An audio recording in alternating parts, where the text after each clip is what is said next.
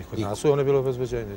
Ok, kod njih recimo vođa, glavni vođa, pokojni Ban Milić, on je bio moj dobar prijatelj, upoznao sam ga preko Lajavoga, znači preko Lajinovića, ajde, mi ga zovemo Lajavi. On je bio bivši policajac. Znači njihove specijalne policije, tajne policije. Čekaj, da nećeš mi da reći da u vreme onog rata ovdje da nije sarađivala mafija i politika? Kako da nije? To ne može biti nikako. Znači, ni dan danas, ja ne vjerujem ni dan danas. Dobro. Da mafija ne može da radi bez države, ni država bez mafije. A policija bez mafije? Ne, nema šanse. Znači, policija sve što otkrije, ubeđen sam u to, ne ubeđen, nego sam upoznao to. Znači, sve što otkrije, bilo šta da se radi protiv ove države i bilo gde i bilo kako, radi od doušnika, jel? Doušnika iz mafije. Iz kriminalaca, je to jednostavno kriminalaca. Koji plaćaju za to ili im plate tako što je otkup kazne? Što će bolje proći na sudu? Na razne načine oni plaćaju. Nekome plaćaju, nekome ne plaćaju. Recimo, neko imao dogovor, ajde lično moje iskustvo. Znači, ja sam imao jedan dogovor da jednostavno prestanu za nešto da me progone, što ja nisam napravio. Znači, moj sadašnji zatvor, ja ću ti kazati iskreno. Ne, ti hoćeš da kažeš da si ti sarađivao sa njim, no? Kada ću, kako sam ja sarađivao? Znači, ja sam imao da ležim zatvor godinu dana. Dobro. Još iz 98. To mi je namešteno upravo zato što sam blokirao jednom prilikom sa nekim mojim ljudima je blokirana Kaluđerica, držana je 3 cela dana i 4 noći u blokadi, niko nije mogao ni da uđe ni da izađe zbog vode. Pokušali su nam oduzmu vodu za neke funkcionere s Mirjeva, znači neka vojna lica koja se uselila u Mirjevo. Mi smo to blokirali i u to vreme je bio komandir SUP-a, da ga ne imenujem, on je došao uglavnom direktno samo da pregovara. I pitao me kako da otkloni to. Ja sam rekao nikako, kad pustite vodu mi ćemo da otklonimo. Saznao je moje ime, saznao je moje prezime i u redu, pustili su nam vodu. I znao ti generalije. Kad je voda puštena, znači čim smo mi propustili kolone kola da idu, posle jedno 7 dana je došla policija iz 29. novembra, jeste vi taj i taj, jesam. Na razgovor? Na razgovor, u stanicu policije. Obavili su jedan informativni razgovor, nisu ništa mogli da otkriju, tamo vamo, nebitno. Imao sam neki kontakt posle s nekim ljudima, oni su sad pokojni, ajde ih ne pominjem. Došao sam da se vidim s njima, oni su me uhapsili. Znači, ljudi iz kriminala. Poznati naši kriminalci. Ljudi iz kriminala su uhapsili. Imaju knjižice DB-a, da? Pa nisu imali knjižice DB-a, rekli su sedi u tabor, ja sam seo u tabor. Znaš kako, nama je dat nalog da te privedemo u stanicu 29. novembra. Odveli su me u stanicu 29. novembra. U stanici 29. novembra je pokazana jedna kesa na stolu. Rečeno mi je, dodaj nam tu kesu. Ja sam uzeo tu kesu da dodam, u tom su me slikali, verovatno fotografiji njihovi. I na kraju je iz toga izveđena droga. Gospodine, ti trguješ drogom. Baš tako. Pa ovo mi čuje se... Tim rečima, znači ja mogu da imenujem inspektora. Ali ovo mi liči, dogovorili smo se da ne imenuješ inspektora. A neću da ih imenujem. Ali priča su više ozbiljna. Ja sam imenovao to. Imenovao sam generalnom inspektoratu. Znači dao sam kompletnu izjavu na 24 strane. Čak sam legitimisao ljude kad su došli u zatvor, jer nisam znao ko su. Predstavili su se kao Božovićevi ljudi. U redu, ako ste vi Božovićevi ljudi, vi meni pokažete legitimacije, jer više ne verujem nikome. Čovjek je pokazao legitimaciju, video sam službeni broj, zapisao ime i prezime, ono što me je interesovalo i tada sam dao izjavu. Možemo li samo malo da se vratimo za mene, ko si ti? Ovo su još ozbiljna priča kojom smo krenuli. A gde si ti rođen? Rođen sam u Splitu, znači u Hrvatskoj. A šta ti je otac? Ne, privatnik. On je ceo život bio privatnik, ja bio u Nemačkoj, otišao je kao mali u Nemačku, iz Nemačke se vratio, oženio se u Splitu s majkom mojom, onda od ujaka njenog je dobio jedan deo placa tamo i tu je sagradio kuću. Do 78. smo mi tu živeli. Zašto ste otišli? Pa ja sam imao jednu nesreću ispred pokojnog dede kuće, znači udarilo me auto, to je ovaj ožiljak što se vidi tu. Otac jednostavno, deda je umro, više nije imao podršku, već je tu bilo Srbin, ono. A što je se to već osjećali tada? Dobre, kako da ne, mnogo se osjećalo. Znači imao je nas 3 sina, imao je jednu ćerku, poslije je dobio još jednog sina, još jednu ćerku, ali u Crnoj Gori. I to je za njih bilo, oni su bili porodica koja nije imala muške potomke.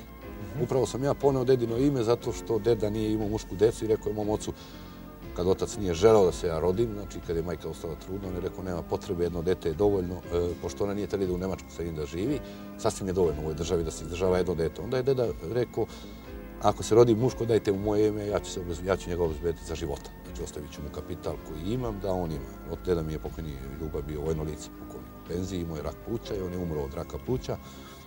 Verovatno i od potresne situacije što se meni to dogodilo, mnogo me volio, mnogo bio vezan za mene.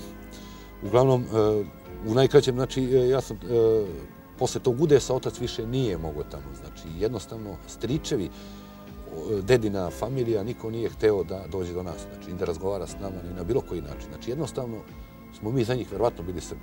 Mada sam ja u to vreme već pohađao, recimo, školu, išao sam na veronauku. Što ovdje nisam doživio u Srbiji. U Srbiji dan danas nema veronauke. Znači, išao sam u katoličku crkvu, niko mene nije pitao da sam ja pravoslavac, kako se ja izjašnjavam. Ja sam dolazio na časove, sedeo sam četvrtkom, sam imao 4 časa veronauke. 76, 77 i 78. I to jako pamtim. Znači, iz Splita si otišao u Crnu Goru. Posle tog udesajde vraćani smo, Čale je prodao kuću, kupio u Sutomoru, Sutomoru nisu dali gradnju, onda je prodao u Sutomoru, pa kupio u Tivtu i tu smo mi započeli, znači, taj neki život. Ja sam tu već bio 4. razred osnovne škole.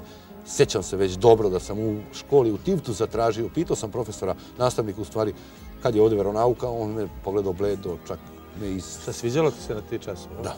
I dan danas je jedan veliki vernik i verujem jedino u to. I to je jedino nešto što ja verujem. Čekaj, onaj početak priče i ovo da si vernik, to mi malo ne ide jedno s drugim. Pa vidite, ako se pitamo sad zašto su naši sveci svi bežali pravili manastirima u brdima, tu ćemo naći odgovor. Oni nisu odgovarali nekome. Kome nekome? Možda ja nisam odgovarao vlasti. Zašto? Zato što ja ću da iskrešam sve u lice. Dobro, doćemo do toga. Evo realno sada, kada ću da ne zaboravim, ko je nama predsjednik Srbije? Javier Solana. Ko je glavni tužilac u Srbiji? Carla Del Ponte. To je živa istina. To neka čuju svi oni.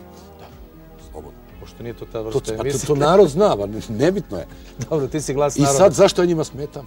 Verovatno zbog toga. Čekaj, još nisi odrasao da im smetaš. Tek smo u 4. osnovne. Smeta me njima već 7 godina. Ne. I ovako, posle Tivta dolaziš u Kaluđericu, jel? Ne u Kaluđericu. Otac, nas je bilo mnogo u Tivtu, znači jednostavno imao je veliki problem, poreze velike, plaćao na kuću, na ovo, na ono, mada je sam radio, znači majka nikad nije radila i radili smo mi kao deca. Ja sam tu već naučio zidarske zanate i keramiku da postavljam, nećete verovati. Gde si naučio ove lepe stvari? Ovo si radio u zatvoru? To sam radio sve u zatvoru, znači to je, ja sam otišao u zatvor sa znanjem. Dobro, nego da se vidi da je ovo tvoje samo. Da. Šefovi su tamo rekli nemoguće, ovakav čovjek još nije došao u zatvor. Znači da ovoliko posla poznaje. A ova država pokušava da napravi od mene jednog kriminalca. Nisam ja kriminalac. Ne, polako. Ljudi će zaključiti jesi li ili nisi. Edo ovako, kad si ti osjetio da si ono mangup? Da se ponašaš mangupski na ulici? Kad sam došao u Beograd i počeo da radim kod privatnika. Ja sam radio kod privatnika. I to ti izlečilo? Ne. Radio sam na mjesec dan. Kad je došao prvi, u mjesecu treba da se daju pare. Nemam danas, nemam sutra, nemam prekosutra. Sad sam imao već 18 godina, vratio se iz vojske. Ali ranije sam započeo da radim sa 13-14 godina. I ti umjesto prebijaš dugove, prebijaš dužnika, jel? Ne. Ja sam onda pokušao da uzmem svoje. Ona me prijavio policiji i prvi put sam došao u sukob sa policijom. U stvari, prvi put sam došao u sukob sa policijom na željezničkoj stanici u Beogradu. Kad sam pobjegao prvi put od kuće, ja sam došao u Beograd i u Beogradu sam radio na željezničkoj stanici, znači iz voza donosio kofere, prenosio kofere, uzimao neki dinar tamo. I tu me prepoznala. Patrola me vidjela, dajte ličnu kartu, ja nisam imao ko ni dan danas, hvala Bogu, neću možda nikad imati, jer ovi ne mogu da ustanove kosa, mislim, treba stvarno da ustanove kosa. Otko ja znam da li je Ljubomir Perić? Pa ja znam da sam Ljubomir Perić. Sad, posle emisije ću biti neko drugi, verovatno. Dobro. Znači, ako me zaustavi negde policija, daću im podatke i provereno taj čovjek postoji. Kad si pravio nešto prvo što je moglo da zamiriše da ćeš biti nestašan u životu? Pa to, neplaćanje. Dobro, šta uradiš? Jednostavno me vređalo to, gazda neće da plati, ja sam njemu na neki način vraćao. Kako? Pa činio sam mu, mehaničar sam bio, znao sam da napravim svrčku na vozilu, da mu vozilo ne radi, da ovo, da ono, da on juri mene, da mu ja to sredim, tamo vamo. I to je nekad uspevalo. Međutim, bilo je gde ne uspeva, sam morao da se fizički obračunavam. To nije ni ljudski, a on u širem smislu hrišćanski. Pa vidite, kaže da si religiozan. Jesam ja religiozan. Ja odem u policiju da prijavim. Ako vi odete u policiju da prijavite slučaj da vam neko nije platio vaš rad, a oni vam kažu, tužite ga sudu. Ja nemam pare ni da jedem leba, a ne da odem da ga tužim sudu. I nemam ja vremena da čekam 2, 3, 5 godina da sud dokaže. To je jedno. Drugo, ja sam bio, kako da kažem, niko i ništa u ovoj državi. Jedan pijun za njega. On je bio gazda. Domaćin čovjek, imao je pare. Preće sud i advokat stati na njegovu stranu nego na moju. Nažalost, to danas u Srbiji dan danas